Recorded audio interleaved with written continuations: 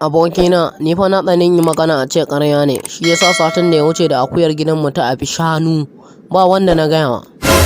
Kai, shanu fa? Ko dan wannan ba wani abin al'ajabi ba ne, in gaya ma akwai wata kaza a gidanmu shekara 2 da ta wuce. Kazan nan ba ta jin magana, duk abin da ka ajiye ta zo ta cinye, duk abin da ka ajiye ta zo ta fankatalar. Haba ana nan ba sai ta yi ƙoyi ba, tana yin ƙoyi bayan kwana 2. Da aka tashi kawai sai aka ga ta kyankyashe ƙoyin nan. In gaya wa me ta haifa? Jimina. Jiminar ma duk ƙwai ɗaya a ciki guda 2. Haba abokina, kar ka raina mun wayo mana. Har ka ce za ta haifi jimina saboda ka raina mun wayo? Lalle ma dai abokin nan nawa, ni ban ce ka raina mun wayo ba, sai kai zaka ce na raina ma hankali. Har akuya ce za ta haifi hannu? Ya har ne zaka ce na raina ma wayo? Ka dan ba wa ka ci uwarka ba.